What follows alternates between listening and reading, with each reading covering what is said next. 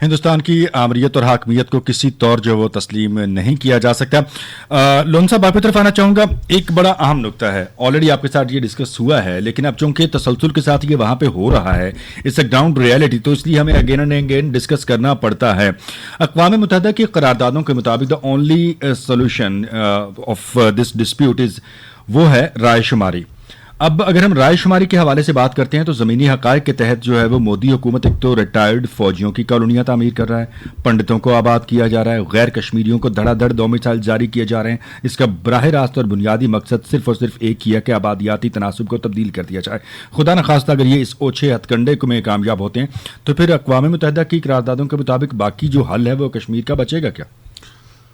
مناظر صاحب 5 اگست 2019 کو جب جموں کشمیر کی آئینی حیثیت کو ختم کیا گیا, جی, ہماری ڈیموگرافی پہ جب حملہ ہوا, اس کے بعد بھارتی حکومت نے, مودی سرکار نے مختلف قوانین وہاں متعارف کرائے. جی, اس میں غیر ریاستی لوگوں کو ڈومیسائل دینا, انہیں کشمیری شہری قرار دینا. اس سے پہلے بھی میں نے بات کی کہ یہ جو سارے اقدامات ہیں یہ سیکورٹی کونسل کے ان قراردادوں کے منافی اقدامات ہیں. اقوام متحدہ کے آئین اور قانون کی خلاف ورزی ہے. درست. کشمیر جب ایک متنازعہ ہے, بین الاقوامی سطح پر اس کی متنازع حیثیت کو تسلیم کیا گیا ہے. ہندوستان غیر ریاستی لوگوں کو یا ریٹائرڈ سولجرز کو یا جو بھی ہندوستانی ہے یا غیر ریاستی شہری ہے, ان کو کسی بھی صورت کشمیر کی شہریت نہیں دے سکتا ہے. ہم کسی بھی صورت اس کو تسلیم نہیں کر سکتے ہیں. پچھلے 4 سال سے وہ دیکھ رہا ہے کہ کسی بھی جگہ اپنے ان لوگوں کو وہ آباد نہیں کر سکتا ہے. اور 1,75,000 جو پنڈت کشمیر سے جگموہن کے وقت بھاگ گئے تھے, جب جگموہن نے ان کو بھگایا تھا, ان کو وہ ابھی تک واپس نہیں لایا. تو وہ خاک 50 لاکھ یا 40 لاکھ لوگوں کو لا کر بسائے گا. یہ ہندوستان کے لوگوں کو بیوقوف بنایا جاتا ہے. وہاں پر ووٹ بینک بڑھانے کے لیے کیا جاتا ہے, وہاں ڈیلیمیٹیشن کی گئی ہے تاکہ جموں کشمیر پہ ایک بی جے پی RSS کا وزیر اعلیٰ لایا جائے اور اسے پھر کھلی چھوٹ دی جائے لوگوں کو مارنے کی, انہیں لائسنس جاری کیا جائے لوگوں کے قتل عام کا. اب وہیں ہم سمجھتے ہیں کہ بین الاقوامی برادری کو اس چیز کا پوری طور نوٹس لینا چاہیے.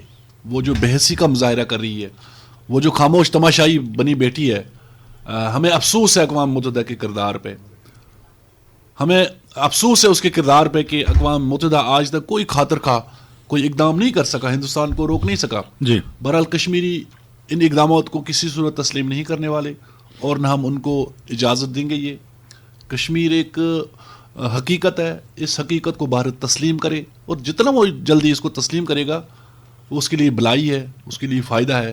نہیں تو کشمیر ہندوستان کو لے ڈوبے گا. رائٹ, اس معاملے میں جو ہے وہ تیزی آ جانی چاہیے. لون صاحب, امرناتھ یاترا, ایک تو مودی کا دورہ اور دوسرا پھر امرناتھ یاترا, دونوں ان وجوہات یا دونوں پرپسز کی بنیاد پر اس سے جبر اور استبداد میں غیر معمولی اضافہ ہو رہا ہے. جو سوال میں نے آپ سے پہلے کیا کہ ایک باقاعدہ آپریشن لانچ کیا گیا اور اس آپریشن میں غیر معمولی تیزی لائی گئی ہے, یہ دورہ کیا ہے اور یہ امرناتھ یاترا اور پھر مقبوضہ کشمیر میں, اس پہ بھی ذرا روشنی ڈالیے گا پلیز. دیکھیں, مقبوضہ جموں کشمیر میں اگر آپ دیکھیں جو مذہبی اجتماعات ہوتے ہیں, جی, ان پہ پابندیاں ہیں. چاہے وہ عید ہو, عید کی نماز ہمیں پڑھنے نہیں دی جاتی. جامعہ مسجد جو سری نگر کی ہے اس پہ قفل لگا ہوا ہے, اور پچھلے 4 سال سے وہاں 2 یا 3 مرتبہ نماز جمعہ ہوا ہے. اسی طرح سے عاشورہ ہو, عید میلاد ہو, کبھی بھی ہمیں مذہبی آزادی وہاں ہندوستان نے نہیں دی کہ ہم ان دن کو مناتے. وہیں امرناتھ یاترا جو ہے, ہندوستان اپنی لاؤ لشکر لے کے جب اس علاقے میں آتا ہے, جی, تو لوگوں کو تختہ مشق بنایا جاتا ہے, انہیں تشدد کا نشانہ بنایا جاتا ہے. پھر یہ نام نہاد سرچ آپریشنز ہوتے ہیں, تلاشی محاصرہ ہوتا ہے, جس سے راہ چلتے ہوئے عام کشمیریوں کی تذلیل کی جاتی ہے, انہیں ٹارچر کیا جاتا ہے.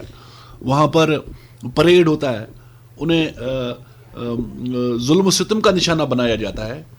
تو وہیں ہم سمجھتا ہوں کہ ہندوستان کا جو یہ دگلا پن ہے, یہ جو دوہرا معیار ہے, وہیں بین الاقوامی برادری کے لیے یہ کوسچن مارک ہے کہ جہاں دنیا کو مس لیڈ کیا جاتا ہے کشمیر کے حوالے سے. جی, اگر کشمیر میں نارمل سی ہے تو وہاں کسی بین الاقوامی میڈیا نمائندگان کو اجازت کیوں نہیں دی جاتی ہے, وہاں انسانی حقوق کی تنظیم کو ایکسس کیوں نہیں دی جاتی ہے, وہاں پر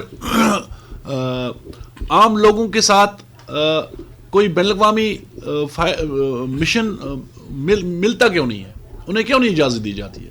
اس سے پہلے بھی ہندوستان نے یورپی یونین کے ممبران کو لایا, G20 کانفرنس کی, اور اس وقت بھی لوگ محصور رہے ہیں, اور انہوں نے جو بعد میں رپورٹ ظاہر کی ہے وہ ہندوستان کے لیے پریشانی کا باعث تھا.